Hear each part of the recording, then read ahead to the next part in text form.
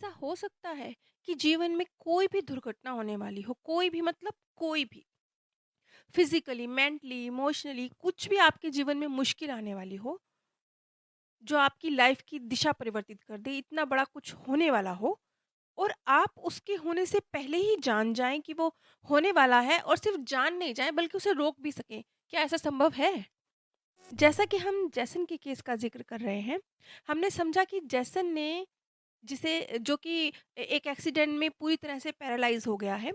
जैसन ने और उसके आस-पास की जो आत्माएँ हैं, उसकी फैमिली मेंबर्स, उन्होंने सोल वर्ल्ड में ही इस दुर्घटना को उसकी लाइफ़ में होना डिसाइड कर लिया था। अब यहाँ पर एक सवाल और खड़ा होता है कि क्या संभावना थी कि किसी भी तरह से ये घटना जैसन की लाइफ में नहीं घटती? तो अब तक हमने जाना कि हाँ, बहुत तरीकों से संभावनाएँ थी। ये भी संभावना थी कि जैसन इस दुर्घटना में अपने प्राण ही त्याग देता। चांसेस थे इस बात के, उसको ये भी ऑप्शन एक मिला था, लेकिन उसने जीवित रहने का डिसीज़न लिया और इस तरीके से इस दुर्घटना के साथ वो जीवन में आगे बढ़ा। यहाँ तक कि उसकी वाइफ़, उसके हाथ में भी पावर थी, क्योंकि उसकी लाइफ भी पूरी तरह से डिस्टर्ब हुई है ना अपने हस्बैंड के एक्सीडेंट से। तो वो भी पूरी पावर रखती थी इस सारे केस में, जब वो उसे सीपीआर दे रही थी, उसे बचाने की कोशिश कर रही थी। पूरी पूरी पावर थी डेबिना के हाथों में कि वो अगर चाहती तो इस रोल से अपने आप को खींच लेती। क्यों? क्योंकि इस एक्सीडेंट में उ एक व्यक्ति शामिल नहीं है, सिर्फ जैसन शामिल नहीं है। जैसन की वाइफ भी पूरी की पूरी उसकी ज़िंदगी भी उलट-फेर हो रही है। ये पावर दोनों के हाथ में थी, डेबिना के हाथ में भी थी कि वो अगर इंस्टेंट जैसे उसने कदम उठाए, वो सीपीआर ना देती, कुछ इस तरीके से ना करती तो उसकी जान ना बचती। और एक तरह से जो एग्रीमेंट था, क्योंकि ये एग्रीमेंट तो तभी चलेगा ना जब दोनों पक्ष बराबर कार्य करेंगे। अगर एक भी पक्ष समझौता तोड़ देता है, तो फिर वो समझौता खारिज हो जाता है। लेकिन डेबिना ने भी समझौता नहीं तोड़ा और जैसन ने भी नहीं तोड़ा, और इस तरीके से जो लाइफ थी जैसन की आगे बढ़ी। अब यहाँ पर एक चीज़ आती है कि अक्सर हमें ये कहा जाता है कि अपने जब आप भी किसी ज्ञान से जुड़ते हैं तो आपको समझाया जाता है कि अपने विचारों की गति को धीमा कीजिए, विचारों को सकारात्मक रखिए, परमात्मा की तरफ अपना जो ऊर्जा है उसको केंद्रित कीजिए। ये सारी बातें क्यों कही जाती हैं हमसे? इसके पीछे रीज़न क्या है? और ऐसा क्यों कहा जाता है कि अगर अब आप परमात्मा से कनेक्टेड हैं तो वो आपके सभी दुख हर लेते हैं, वो आपके पहाड़ जैसे दुख को राई जैसा बना के ख़त्म कर देते हैं? ये सारी बातें क्यों कही जाती हैं? इनके पीछे रीज़न क्या है? इन सब बातों के पीछे एक बहुत महत्वपूर्ण रीज़न है। वो ये कि जैसा कि हमने देख लिया कि कोई भी घटना जब जीवन में घटती है तो कदम-कदम पर, पग-पग पर आपके हाथ में डिसीज़न लेने की क्षमता है। अब इसी तरह से अगर आप अपने विचारों की गति धीमी कर पाते हैं, सकारात्मक रख पाते हैं, अपने सबकॉन्शियस माइंड को जागृत कर पाते हैं, अपने मार्गदर्शक के मैसेज रिसीव कर पाते हैं, अपना फोकस पॉजिटिव दिशा में परमात्मा की तरफ, उस पॉजिटिव ऊर्जा की तरफ कनेक्ट कर पाते हैं, तो इससे क्या होगा? इससे ये होगा कि जो लाइफ लेसन सीखना आपके लिए ज़रूरी है, जिसकी वजह से कोई दुर्घटना आपके जीवन में होने वाली है, लेकिन जो आपका सबकॉन्शियस माइंड है, वो बिना उस दुर्घटना के भी इतना सक्षम हो गया है पॉजिटिविटी क्रिएट करने की वजह से कि वो अपने लाइफ लेसन को अचीव कर सकता है। ये ऐसे समझ लीजिए जैसे कि 2 बच्चे हैं, उन्हें एक जैसा होमवर्क मिला। एक बच्चे में तो खुद ही उसने होमवर्क किया, उसने मेहनत करी, उसने कहा नहीं, मैं बुक खोलूँगा, उसे समझूँगा, उसे जानूँगा कि क्या मेथड है, क्या सूत्र है इस सवाल को सॉल्व करने का, अप्लाई करूँगा और अपना होमवर्क कंप्लीट कर लूँगा। उस बच्चे ने अपना होमवर्क कंप्लीट कर लिया। एक दूसरा बच्चा है, उसे भी वही सवाल मिले लेकिन उसे नहीं आते हैं। उसने कहा नहीं, मैं मेरे से आते ही नहीं है मुझे, मैं उसने कोशिश भी नहीं करी। वो स्कूल जाएगा तो क्या होगा? जब वो स्कूल जाएगा तो टीचर जी उसे 2 थप्पड़ मारेंगे और फिर बताएँगे कि बेटा तूने होमवर्क क्यों नहीं किया? इसे तो ऐसे करना था। दोनों ही सिचुएशन ने बच्चों ने उस सवाल को हल करना सीख लिया। लेकिन पहले बच्चे ने अपनी कोशिश से खुद मेहनत करके किताब में सूत्र को समझा और अप्लाई करा और सवाल हल कर दिया। दूसरे बच्चे ने भी हल किया, लेकिन दूसरे बच्चे को टीचर से पहले 2 थप्पड़ पड़े, उसके बाद उसने हल किया। यानी दोनों ही सिचुएशन में होमवर्क तो हो गया। और बच्चों ने तो सीख लिया। गड़बड़ कहाँ हुई? गड़बड़ सिर्फ इतनी सी हुई कि एक ने अपने बूते पर सीखा, दूसरे ने टीचर के बूते पर सीखा। बस यही हमारे साथ है, सेम चीज़ अप्लाई होती है। अब हम जैसन का केस ले रहे हैं ना, ये जैसन के केस की चौथी कड़ी है, तो हम इसी से समझ लेते हैं। जैसन के जो लाइफ लेसन थे, उसने अगर अपने लाइफ लेसन्स को मतलब शुरू से ही अपनी आत्मा पर काम किया होता, जो जैसे हमें सिखाया जाता है अपने विचारों पर काम करना, उसने किया होता, पॉजिटिव ऊर्जा क्रिएट करना, मन वचन कर्म से ऊर्जा क्रिएट करना, वो जैसे भी सिखाया जाता है, हम वैसे ही चलते, जैसन वैसे ही चलता, तो क्या होता? तो ये घटना जैसन की लाइफ में घटती ही नहीं। क्यों? क्योंकि अपने लाइफ लेसन अचीव करने में जैसन वैसे ही सक्षम होता। इस घटना की वजह से वो अपने लाइफ लेसन्स की तरफ पहुंचेगा, इसकी जरूरत नहीं रह जाती। बच्चे ने पहले ही होमवर्क कर लिया है, घर में ही कर लिया है, उसे टीचर की डांट की जरूरत ही नहीं पड़ी। ये कुछ ऐसा होता।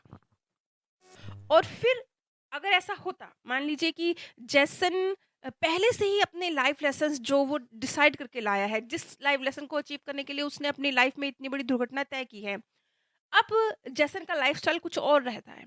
वो पहले से ही अंतर्मुखी हो चुका है और अपने विचारों पर काम कर रहा है, उसका सबकॉन्शियस माइंड जागृत हो चुका है।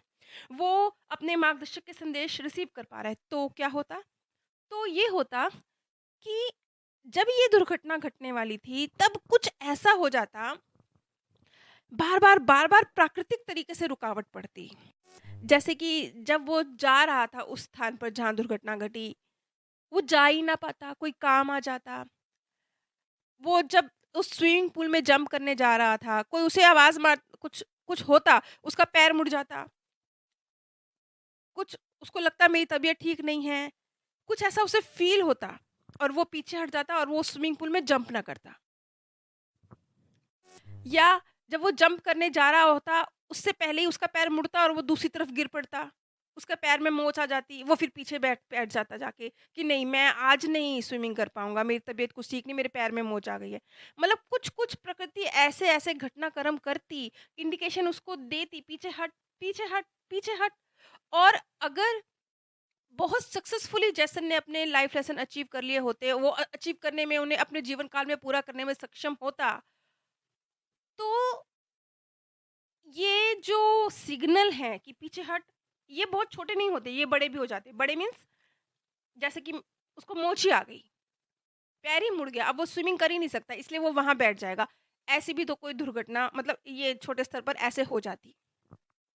लेकिन ये होने के लिए बहुत ही मतलब बहुत होता है, ऐसा भी होता है, लेकिन बहुत कम केसेज़ में होता है कि जब किसी आत्मा को इसकी ज़रूरत ही ना पड़े कि वो अपने सोल प्लान में जो डिफ़िकल्टी उसने अपने लिए तय कर ली है, उसको वहाँ तक पहुँचने की, उसे टच करने की उसे ज़रूरत ही नहीं है। वो उससे पहले ही सीख चुकी है और अब उसे अपना लाइफ़ लेसन अचीव करने के लिए उस जो दुर्घटना उसने अपने लिए चूज़ करी है, उसको अपने जीवन में लाने की ज़रूरत नहीं है। वैसे खुद रॉबर्ट भी ये बात कहते हैं और हमने भी आज तक ऐसा नहीं देखा, लेकिन रॉबर्ट कहते हैं विरले-विरले केस में मार्गदर्शक मतलब वैसे मार्गदर्शक जो होते हैं वो इंट्यूशन के रूप में कार्य करते हैं या प्राकृतिक रूप से कुछ हो गया इस तरीके से कार्य करते हैं, फिजिकली कार्य नहीं करते हैं। लेकिन जैसे इस केस में अगर मान लीजिए जैसन बिल्कुल सक्षम होता अपने लाइफ लेसन को अचीव करने के लिए, उसको ज़रूरत नहीं थी इस दुर्घटना की, तो ऐसा भी हो सकता था कि वो उसे धक्का लगता, वो गिर जाता, दूसरी साइड गिर जाता, जंप ही ना करता, स्विमिंग पूल में जंप ही ना कर पाता, वो दूसरी तरफ गिर जाता, कोई उसे धक्का लगा देता, मतलब फिज़िकली भी काम हो गया। मानसिक स्तर पर हुआ, भावनात्मक स्तर पे हुआ और कोई अगर बहुत ही जागरूक सोल है बिल्कुल ही अपने लाइफ लेसन बिल्कुल ही ज़रूरत नहीं है उस इंसिडेंट की उस व्यक्ति की लाइफ में, तो फिर ये घटना शारीरिक तौर पर भी उसके साथ ऐसा होता कि वो ये काम कर ही ना सके। अब अ, सेम चीज़ इसी तरीके से स्वर्गीय आत्माएँ भी काम करती हैं। ये तो जैसे हमारे सोल प्राण की बात हो रही है ना कि जो हम डिसाइड करके लाए हैं अपने जीवन को। लेकिन जो हमारी जो अ, हमारी स्वर्गीय प्रियजन है सेम इसी तरह से वो भी कार्य करते हैं कि जब कोई कार्य आपको नहीं करना चाहिए या करना चाहिए, दोनों ही सिचुएशन में वो प्राकृतिक रूप से इस तरह की सिचुएशंस बार-बार घटित करेंगी कि ये कार्य ना हो या ये कार्य हो जाए। जैसे कि मैं कम शब्दों में जेम्स ब्रांड का एक केस आप लोगों के साथ शेयर करती हूँ, जिसमें एक स्वर्गीय पत्नी अपने पति को एक मकान खरीदने के लिए प्रेरित कर रही थी कि वो खरीदे। तो वो व्यक्ति कहते हैं कि मेरे पास तो इतने पैसे ही नहीं थे कि मैं वो खरीदता, तो मैंने उस आइडिया को अपने दिमाग से निकाल दिया था। लेकिन अचानक से उनका एक रिश्तेदार था जिसने इस चीज़ के लिए इनिशिएटिव लिया और उन्होंने कहा कि आप चिंता मत करें, मैं आपके लिए पैसे का अरेंजमेंट कर दूँगा। उसके बाद भी वो अपने रिश्तेदार से पैसा लेने के लिए तैयार नहीं थे। तो फिर कोई सिचुएशन बन गई, फिर उनकी मम्मी जी का उनके गाँव से फ़ोन आया कि बेटा मैं आपके पास रहने के लिए आ रही हूँ। फिर उन्हें एक प्रॉपर्टी डीलर मिलता है जो उनसे बहुत अच्छे-अच्छे कम दामों पर बेहतरीन मकान, जिस तरीके के मकान वो चाहते हैं, उस तरह के मकान उनको ऑफ़र करता है। तो सारे घटनाक्रम घटते जा रहे हैं ऐसे कि जो उन्हें प्रेरित कर रहे हैं कि भैया तू मकान खरीद, खरीद। ये उनकी वाइफ़ जो स्वर्गीय वाइफ़ थी, उनके जो इशारे थे, उनका मार्गदर्शन था कि वो व्यक्ति फिर उस मकान को खरीद लेता है जो उसके लिए खरीदना बेहतर था। तो ये सब कैसे हुआ? ये सब ऐसे हुआ कि वो जो स्वर्गीय आत्मा थी, जो मैसेज दे पा रही थी, वो जो उसका पति था, वो भी बड़ी ईज़िली उन मैसेज को रिसीव कर पा रहा था, उन पे कदम दर कदम काम कर पा रहा था।